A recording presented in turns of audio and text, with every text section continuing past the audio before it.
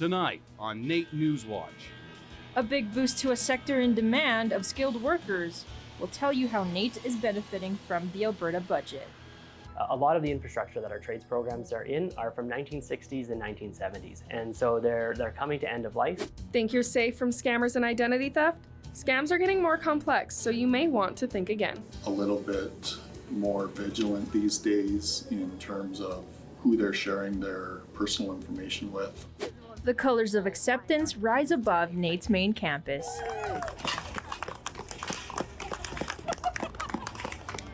NewsWatch starts now. Good evening and welcome to NAIT NewsWatch. Today's top story is about how much NAIT will receive from the estimated $1.4 billion investment from the Alberta government. That's right, Kylie. With the government addressing the skills trades demand, how will the budget impact NAIT? Our Maria Mena joins us live from the hallways of NAIT to tell us more about the story. Thanks, guys. According to the 2024 budget, NAIT is set to receive $43 million over 3 years from the provincial government as one of the largest skills trade education provider in Alberta. What this means for NAIT is to plan and provide enhanced trades program, more learning space, and better skilled trades and technology facilities. I think there's more than enough work. There's a lot of stuff going on in Fort Saskatchewan, a giant couple $1 billion project. Demand for skilled trades in Alberta is on the rise. With the investment, NAIT plans to build an advanced skills center to grow the skilled workforce. We've been working with the provincial government for 2 years in our preliminary planning. It's going to have a monumental impact in terms of creating a new facility that we'll be able to move our apprenticeship and technology programs into. The new facility will bring together trade programs from NAIT's 4 campuses. Programs like welder, boilermaker, ironworker. We've got a lot of our mechanical programs at Patricia campus, like plumber, steam fitter, gas fitter. So all of those programs would be brought onto main campus into the Advanced Skills Center, as well as some of our programs that are on main campus already and in aging infrastructure. Just right behind me here along 118 Avenue, the new Skills Center will be built.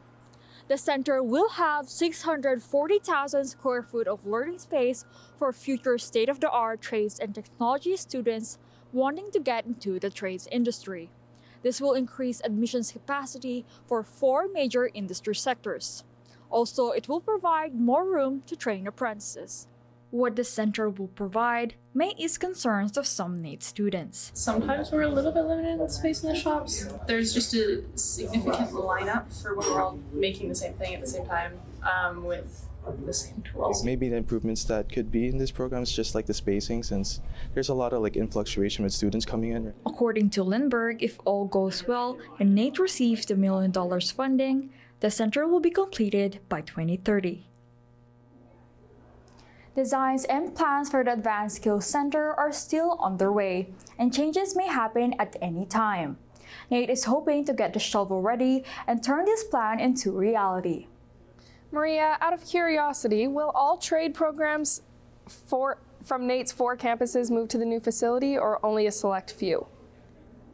While not all trade programs will move to the new center, we have trades in the main campus, Patricia campus, Such campus, and Spruce Grove campus. NAIT recognizes some programs like crane and hoisting equipment operator make sense to be in Spruce Grove and have a larger footprint.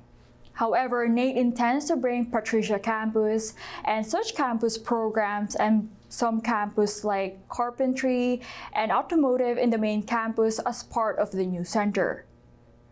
Maria, with NAIT receiving funds from the government, are there any other post-secondary education getting investment as well? Yes, Kafina. MacEwan University's School of Business will receive $75 million over 3 years to create 500 additional seats for students in high-demand economic sectors. The University of Calgary's Multidisciplinary Science Hub will receive $55 million, which will fund 1,000 seats in STEM programs. Meanwhile, more than $2 million will be allocated for upgrading for the University of Alberta's campus Seja. Thanks, Maria. That's our Maria Mena reporting live from the NAIT hallways. With the Alberta government's 2024 budget reveal, vehicle owners will be facing a new tax at the registries next year. If you add up that many years of EV registration tax, the EV owner will still come out far, far ahead. Finance Minister Nate Horner has announced that starting in 2025, Albertans owning electric vehicles will have to pay an additional $200 electric vehicle tax when registering their vehicles. The government says this tax will be in line with what gas-powered vehicle drivers pay at the pump. This tax has been implemented to cover the cost of improving road conditions for electric and gas-powered vehicles. You could have that Sunday driver that only puts on 5,000 kilometers a year and they drive a really light electric vehicle, yet they're paying the same as somebody that's driving a F-150 Lightning, which is a truck, and driving 50,000 kilometers a year. So it could be a little bit punitive to those folks. Saskatchewan and now Alberta are the only Canadian provinces to implement this tax. The tax will only affect fully electric vehicles, as hybrid vehicles still require gas. Therefore, owners will still be paying the fuel taxes at the pump. Alberta hopes to generate $1 million in revenue from the electric vehicle tax in the first year, $5 million in the second, and $8 million in the third year of the tax. The provincial fuel sales are expected to generate approximately $1.4 billion next year, then $1.44 billion and $1.46 billion in the 2 following years. You're watching NAIT NewsWatch, the next generation of news. Fraud, scams can take many different approaches, but all can be equally as dangerous. March is Canada's Fraud Prevention Month. Did you need anything else? Investment scams, identity theft, and grandparent scams, fraudsters can target any individual of any age, using similar or different tactics. In 2023, Statistics Canada announced that in the past 5 years, $16 billion had been lost to fraud. And that fraud was the most common crime in Canada.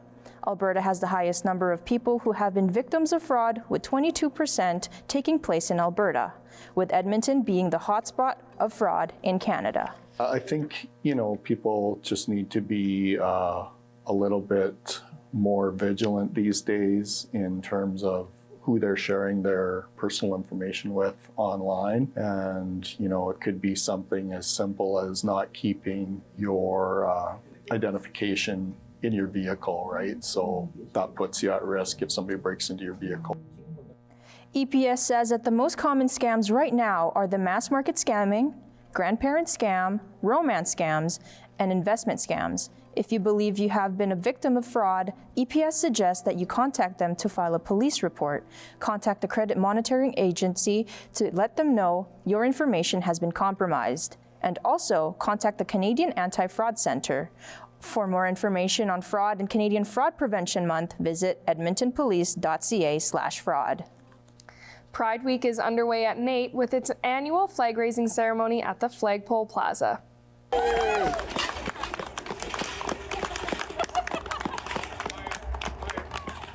NAIT's theme for the year is Pride is Persistence, which promotes diversity while ensuring a safe and inclusive environment for all members of the NAIT community. Pride Week is really important. It's an opportunity for us to celebrate a smaller community on campus. Just as it's important to celebrate every community, it's really great just to see a community that's been fighting for the rights for so many years, people who feel like they're regularly unrepresented. Just seeing something that's very visible and tangible flying on campus is really exciting. While the Pride celebrations may only last 12 days, Cezanne expressed the importance of giving ongoing support throughout the year. NAIT's Pride Week includes events featuring a drag performance, queer trivia, and many more activities that can be found on the Ooks Life website. A local company has brought the first moon bikes to the province, encouraging Edmontonians to join the winter fun.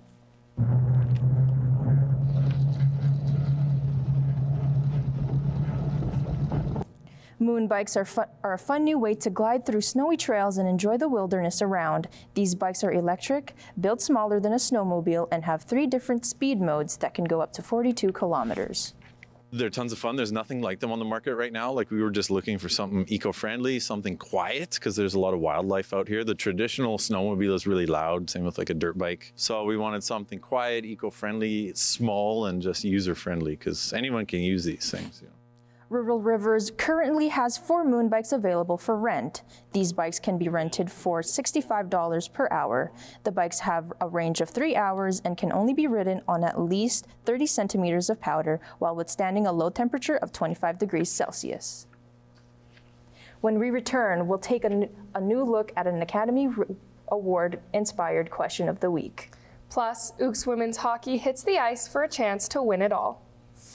Hi there, I'm Gabby Bernal, your sports host for the week, and I'm here at the NAIT Arena, where the Ooks women's hockey team will battle it out for gold. Plus, the best basketball teams in the nation are here in town. We'll tell you why and more in a few moments. I'm Graham, fellows, and it might not be patio season as you can see behind me, but there is some warm air coming in, and that could mean the end of cold snaps. Stay tuned for this weekend's weather forecast.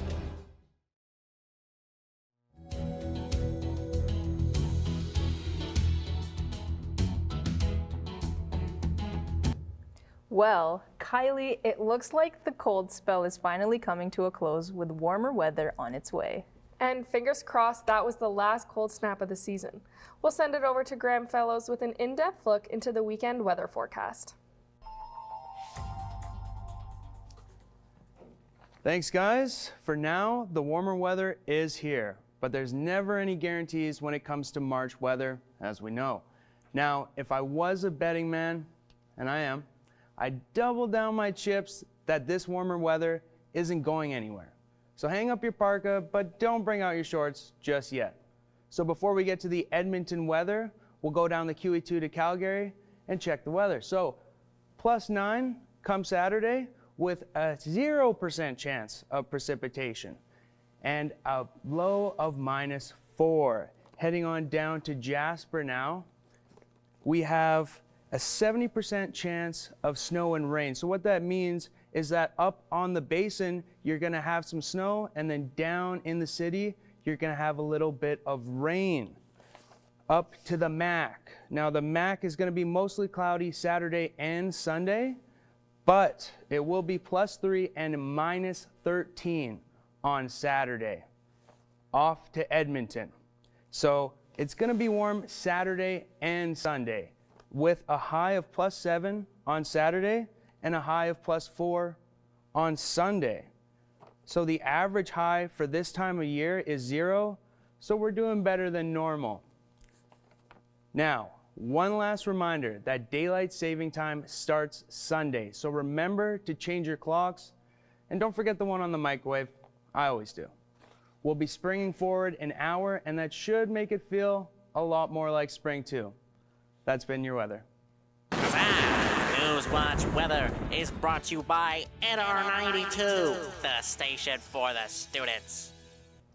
Last week's question of the week brought in a lot of traffic on Instagram when we asked you if you took a snow day on Monday after waking up and seeing the huge snowfall. And it looks like a lot of people took a day off, but some did their best to get where they were going despite the snow. So, who was the week's winner? Congratulations to Katie Goulby, who commented, "Desperately wanted my 8 a.m. Monday morning to be canceled, but with no news on Sunday, I went to sleep and I woke up at 5:30 Monday morning with an email saying she moved class online. That was a win. I went back to sleep till 10 to 8. Otherwise, I haven't missed a class. As Canadians, we just figure it out, I guess. And I guess you're right. Contact the NAIT Nugget to claim your prize." Speaking of claiming prizes, the Academy Awards are this weekend, and this inspired our new question of the week. We want to know what your favorite film from the past year was and why. Channel your inner Scorsese at the NAIT Nugget on Instagram, and the best comment will win a prize. Hey Kylie, I know you love hockey. Do you know what the buzz was all about coming from the arena Saturday? Yeah, Kafina, after raising a men's volleyball first place banner just a few weeks ago, a new Ooks team is looking to add another one to NAIT's collection this season. Our Gabby Bernal will tell us more. Thank you, ladies. The ACAC Women's Hockey Finals are here, and your NAIT Ooks did not want to miss it. After coming up just short for goal last season, the team is now one step closer to redemption. In a highly anticipated rematch of last year's ACAC finals, the Ooks faced the Red Deer Polytechnic Queens in a best-of-3 game series. After a rocky start dropping the first game 3-2 for the Queens, the Ooks showed their mental resilience by taking Game 2 at home and completely shutting down one of the best offensive teams in their own barn the following day. Now, they are preparing to compete against the Lakeland Rustlers in a best-of-5 series for the gold medal.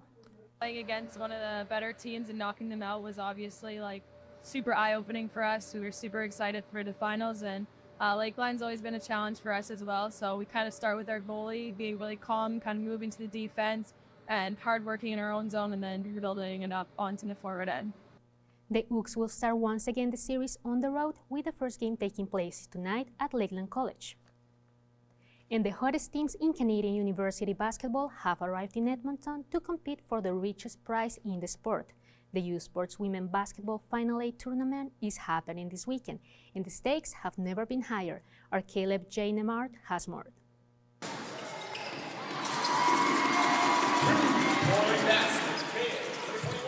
The U Sports Women's Final 8 is being held at the Saville Community Sports Center this weekend to determine the best university women's basketball team in the country. This is the first time the Final 8 has been held in Alberta in over 20 years. Yeah, it's so exciting. This has been years in the making. We hosted the men's national tournament a couple years ago, and it's really been leading up to this. So the 8 best teams in the country are coming. Edmonton, or the Alberta Pandas, finished second in Canada West, so expectations are really, really high. The pressure is on for both coaches and players to make it to the national finals on Sunday, as the top 8 teams compete from every corner of the country. I mean, honestly, we're trying to keep it one game at a time, and I mean, preparing for the team that's right in front of you, right? So you try not to get too far ahead of yourselves. And that's why you play the games, right? That you have one chance, and you make the most of it. Who's the team to beat? Following their 2020 national championship win, the Saskatchewan Huskies, who at 19-1 in the whole season, look to clinch victory once again as the odds-on favorites. So the Pandas played them really, really close. Anything can happen in a tournament like this. They matched up in the gold medal game in Canada West, and really Alberta just had a really crummy second quarter, and Saskatchewan was able to stretch the lead. So anything can happen once you play, but you mentioned Saskatchewan is really, really good. If you're looking to catch the best and brightest of university women's basketball, the Final 8 is still ongoing. Championship finals are this Sunday, 7:30, right here at the Saville. Tickets are still available. Visit Ticketmaster.com for more information. Caleb J. Nemard, NAIT NewsWatch. Well, ladies, exciting days ahead with all these teams going for gold, eh? Yeah, is there even any way that we can watch all of these women compete? I think we can. We'll just do hockey on Saturday and then sleep in Sunday morning and basketball at night. Thanks, Gabby. Thank you. When we come back, pull up a chair, grab some popcorn, and get comfortable for a sneak peek at some Academy Award-nominated short films. Plus, an unconventional stress reliever involving sharp weapons. The Oscars are right around the corner, which means that some theaters like this one behind me are getting the celebration on a little early. That's coming up on entertainment, as well as some piglets at West Edmonton Mall and the Skirts of Fire Festival.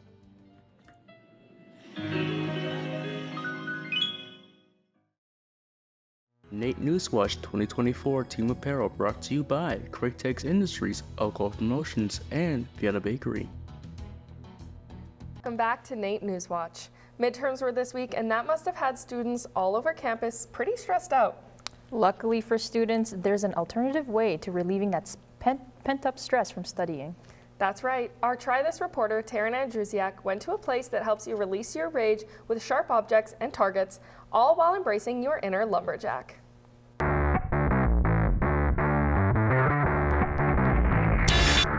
All you want to do is pull back, step in, release it just as it passes your front foot between your knee and your hip. Welcome to Axe Monkeys, an indoor axe throwing range located on the north side of Edmonton. Here people come to test their throwing accuracy and skills. There you go. People mainly throw axes here, but for those that want to stand out, They also provide hatchets, knives, and chainsaw blades. As the nature of this activity is dangerous, the staff are willing to lend a helping hand and show off a trick or two. I mean, everything that we do here, we want to make sure everyone is safe when they're doing it, because especially when you're throwing a sharp object. We throw knives, we throw saw blades, we throw other sharp objects. You need to be able to do it in a safe manner. If you're throwing it incorrectly or being silly with it, then injuries are going to happen. Even though they are known for axe throwing, they also have rage rooms, so everyone can participate and have a fun time. 7 to 18 can participate in the axe throwing or the rage room at any time. Whether you're looking for an interesting activity to do with your family and friends, or just have some pent-up rage from work or school, Axe Monkeys has got you covered.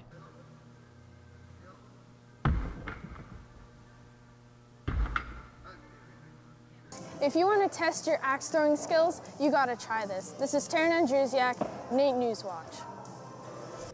It's International Women's Day, and that means Skirts of Fire Festival is heating up. Plus, how the award season continues bringing buzz to theaters. Our Ben Draper has more.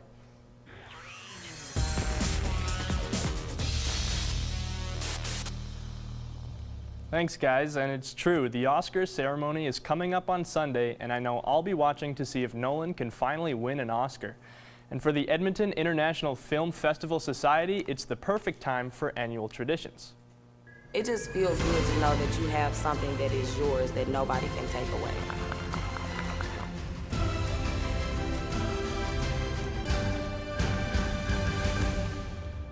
This could change my life. Teaming up with the Metro Cinema in the Garneau area, the fundraiser screened every Oscar-nominated short film of 2023, a category that includes live action, animation, and documentary. So all of the funds that we raise during these 3 days goes towards bringing in filmmakers for the festival. It goes towards things like our gala events, paying filmmakers for their films, making sure that they all get some payment for their incredible work. The Edmonton International Film Festival isn't held until late September, but with a fundraiser this good and time to prepare, the festival is sure to be even better. And with the Skirts of Fire Festival showcasing its final performances, our Selena Martinez-Barba gives us an in-depth look into Speaking Vibrations, a story of 4 women told through American Sign Language, percussive dance, movement, and spoken word.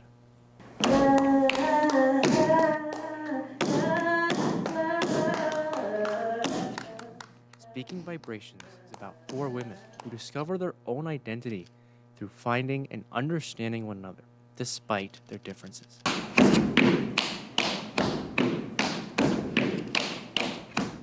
The performance strives to include everyone, with an emphasis on those in the deaf community. Speaking Vibrations does this through American Sign Language, vibrotactile devices, and audio description.